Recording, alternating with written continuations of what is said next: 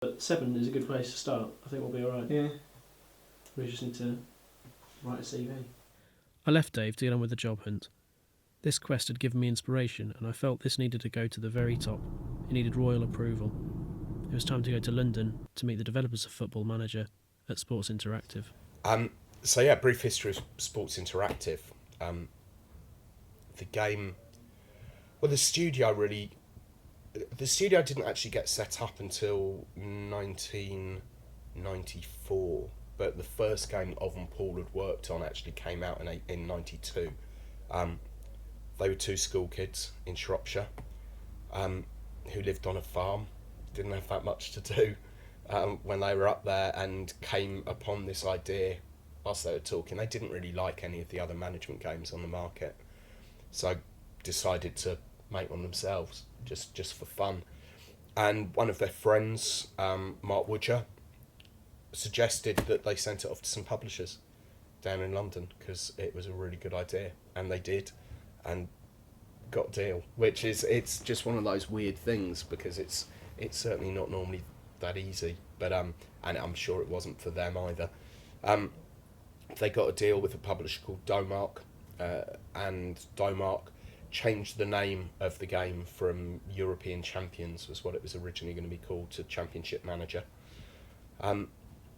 We worked with Domark and then Eidos for a number of years on that, and it got busier and busier and more successful, and then got divorced from Eidos in 2004, so released a final game with them, which was CM 0304, was our last game working with Eidos, before buying the Football Manager brand, signing with Sega, and the first Football Manager game was released towards the end of 2004, which was FM 2005, and kind of gone from strength to strength from there.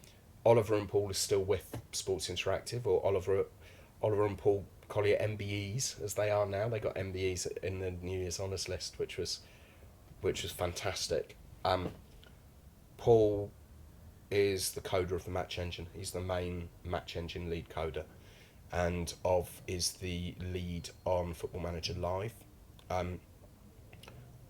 Both Ov and Paul have at times left the company and then come back.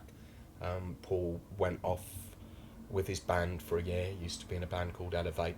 He was the bass player, the fat bass player, as I like to call him.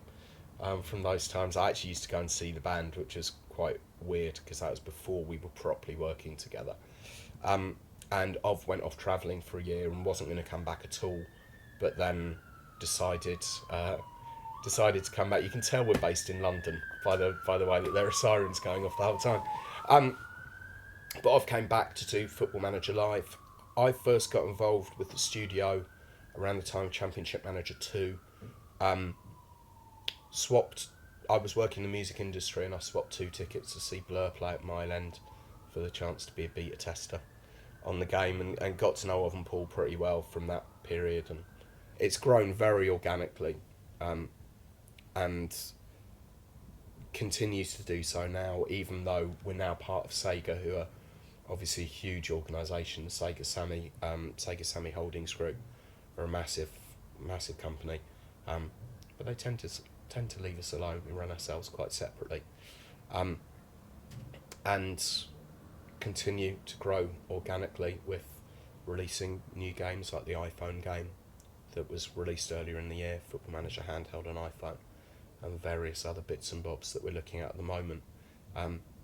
We just try to keep the family company ethos going, where me, Ov and Paul are really the family, but then everyone who works here and who's part of the team here is also part of that family. And we've had something like 11 people leave in 18 years, which is pretty good, particularly now that we're up to about 70 full-time people. Quite proud of that. 4 BAFTAs, I think. We didn't actually know with the first BAFTA that we won. I found out about it afterwards because we weren't invited to the awards, and I can only presume that Eidos went and picked it up for us and never told us and never gave it to us. But yeah, we've won 4 now, which is great. I mean, it kind of stops your mum asking you to go and get a proper job. I think the first time that we were on the cover of something, was G2 in The Guardian, which was like their art section, and me and Paul were on the cover of that, and my mum went and bought every copy in Sainsbury's in Watford and started handing them out to people, going, "That's my boy, that's my boy."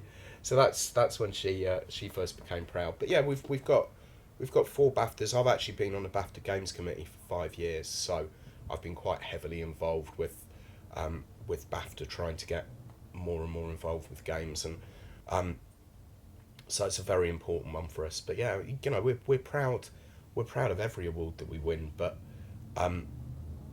it's not really what drives us. Well, what drives us is trying to make the best football management game on the market, and I think we've done that a few times, but we've never been truly happy with one of our games. The scary thing is if we are ever truly happy with one, it might be the last thing we ever do. The creative side of what we do is what keeps us going. We are incredibly driven, completely uncomplacent, if that's the right word, about the success that we've had, because we don't really see it that way. We're told by people that we're successful, and you know, we win awards, and therefore we're thought to be successful and we're profitable as a business. But we're not selling as many copies as FIFA. You know, they sell a lot more copies than us. So maybe when we're selling the same amount of copies as FIFA, or more than FIFA, then we might get happy. But what will end up happening is I'll then get annoyed that Call of Duty sells more than us, even though it's a completely different genre. So yeah, I can't see the drive, determination, or ambition going anywhere yet.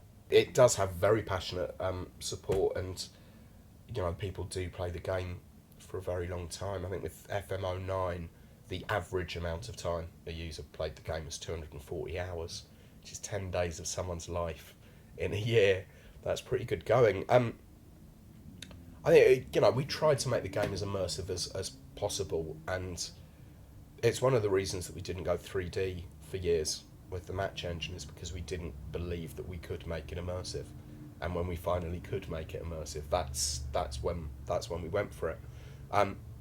We want the game to be an escape for people. Like, the whole point of you know, I call it a game, but it's just really a simulation. But the whole point of what we do with Football Manager is try and cater for the people who go to the pub and say, "Why did he take him off in 60 minutes and bring on him? He should have brought on this bloke instead. And you know, I could do better than the manager." That's our target audience.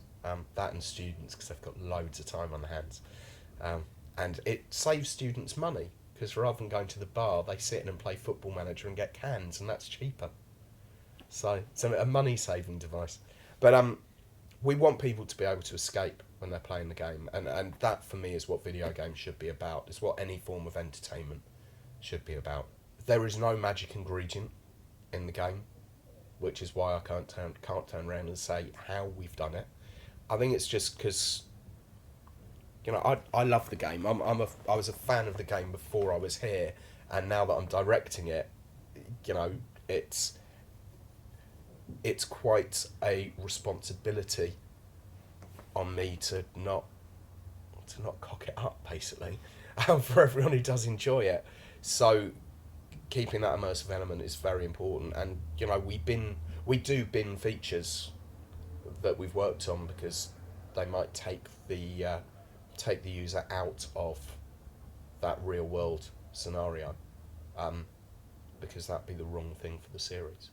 We've got head researchers in 52 countries and regions. We've got over 1,000 researchers around the world who are watching footballers week in, week out. In the UK, in England, we've got people down to Conference North and South level. We've got people at virtually every club. These are football fans. They're the kinds of people who would be writing fanzines, who would be putting together websites, and who are there watching the junior players as well as the reserve team and the coaches, and the first team. They do know some of the coaches, and they know people that are involved in the club, so I can ask them to tip off, because the clubs want their teams to be accurately replicated inside the game as well.